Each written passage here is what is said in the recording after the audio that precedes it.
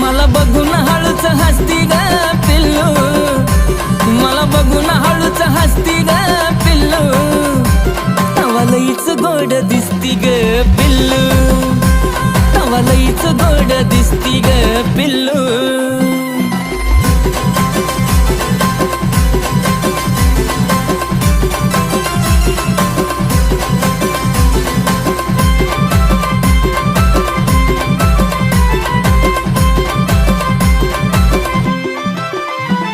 अशी नागमोडी केलेली केसाची बांधणी, जणू स्वर्गातून उतरली शुक्राची चांदणी।